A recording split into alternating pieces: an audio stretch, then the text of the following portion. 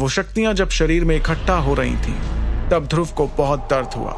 तभी गुफा में अचानक तेज हवा चलने लगी और ध्रुव खुद को जमीन पर रोकने की कोशिश करने लगा।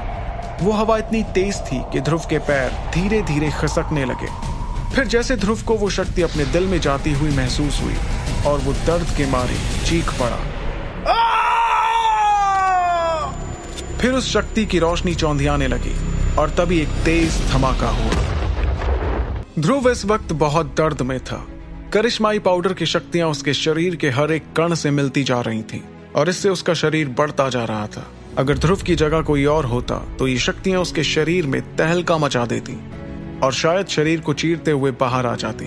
लेकिन ध्रुव कोई आम लड़का नहीं था, बल्कि बहुत शक्तिशाली था। इसलिए वो बहुत मुश्किल से ही सही, लेकिन शक्ति के आवेग को काबू में कर पा रहा था।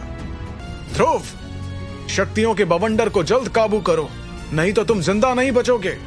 आचार्य के लफ्ज ध्रुव के दिलो दिमाग में गूंजने लगे थे। उसने अपने आप को काबू में लाने के लिए एक गहरी सांस ली और फिर दोनों हाथों को जोड़कर शक्ति को वश में करने की कोशिश शुरू की। ध्रुव ने ये कुछ सालों पहले भी किया था जब वो एकलव्य रैंक पर था, लेकिन उस वक्त करिश्माई पाउडर नहीं था, इसलिए ध्रुव इस बार ये करने में थोड़ा घबरा रहा था। लेकिन ध्रुव ने जैसे ही अपनी आंखें बंद करके अपनी कलाइयों को घुमाना शुरू किया तो उसने देखा कि कैसे शक्तियां उसके शरीर के हर हिस्से में चमकने लगी थी। ये चमक एक सफेद रोशनी का रूप लेने लगी थी कि तभी विदुर ने चिल्लाते हुए ध्रुव से कहा, जल्दी करो ध्रुव, अपनी आत्मा का इस्तेमाल करके इन शक्तियों को वश में लाओ। अगर तुम शक्तियों के इस बवंडर को जल्दी वश में नहीं कर पाए तो एक बार फिर 8 सितारों तक लुढ़क जाओगे। आचार्य की बात सुनकर ध्रुव ने अपना सिर हिलाया और अपना ध्यान शक्तियों पर लगाना शुरू किया। कुछ पल बाद अचानक उसकी आत्मा ने शक्तियों पर काबू पाना शुरू कर दिया था और ध्रुव के सर के ऊपर एक बवंडर बनने लगा। ये बवंडर उन जगमगाती शक्तियों का था जो ध्रुव के मुंह से होते हुए उसके शरीर में समा रही थी। तभी विदुर अंगूठी से बाहर निकला और उन्होंने देखा कि ध्रुव बहुत मुश्किल से शक्तियों को वश में कर रहा था, लेकिन उसकी आत्मा की शक्ति को देखकर ध्रुव भी चौंक गए थे। उन्होंने देखा कि वो बवंडर छोटा होते होते एक हाथ बराबर हो गया था। ध्रुव इस वक्त बहुत ज्यादा थक गया था। वो चाह कर भी पूरी शक्ति को सोख नहीं पा रहा था, इसलिए विदुर ने उसका हौसला बढ़ाने के लिए उससे कहा, बस थोड़ा सा और ध्रुव, तुम एकलव्य से सिर्फ 1 कदम की दूरी पर हो। ये सुनकर ध्रुव ने एक आखिरी कोशिश की और अपनी सारी ताकत लगाकर चिल्लाते हुए उस बची हुई शक्ति को अपने अंदर उतारना शुरू किया।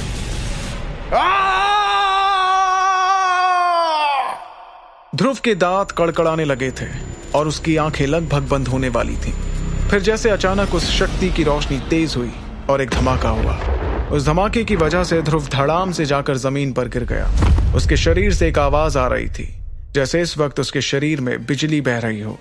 विदुर ने देखा कि ध्रुव के सर के ऊपर से वो बवंडर खत्म हो गया था। उन्होंने ध्रुव को देखा और फिर मुस्कुराने लगे। ध्रुव आखिरकार एकलव्य रैंक हासिल कर चुका था।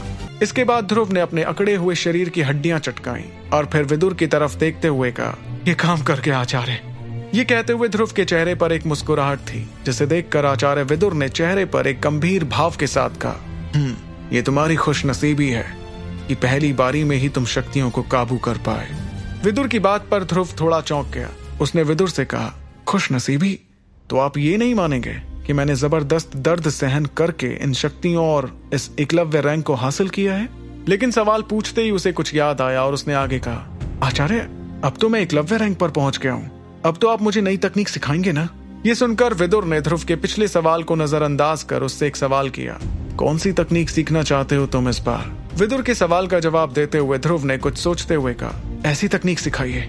हाँ, ऐसी तकनीक सिखाइए जो क्लास 4 की तकनीक से भी ज्यादा ताकतवर हो और जिसे मैं अपनी शक्तियों के साथ साथ बढ़ा पाऊं। ये सुनकर विदुर थोड़ा हैरान हो गए, लेकिन फिर भी उन्होंने ध्रुव से कुछ नहीं कहा। आचार्य के चेहरे पर हल्की परेशानी देखकर ध्रुव ने खुद ही उनसे पूछ लिया, आचार्य, मैंने कुछ गलत कहा क्या? या फिर एक सेकंड, कहीं आपने मुझसे तकनीक के बारे में झूठ तो नहीं कहा था? ध्रुव को लगा कि विदुर ने शायद उससे तकनीक के बारे में झूठ बोला था। कहीं ऐसा तो नहीं कि ऐसी कोई तकनीक हकीकत में थी ही नहीं। तभी विदुर ने ध्रुव को अपनी परेशानी की वजह बताते हुए कहा, मैंने तुमसे झूठ नहीं बोला। जिस तकनीक का जिक्र मैंने किया था वैसी शक्तिशाली तकनीक वास्तव में है, लेकिन आगे की कहानी जानने के लिए देखिए अगला एपिसोड सिर्फ पॉकेट एफएम के YouTube चैनल पर। और सुपर योद्धा के सारे एपिसोड्स को सुनने के लिए डिस्क्रिप्शन में दी लिंक से डाउनलोड करें पॉकेट FM ऐप।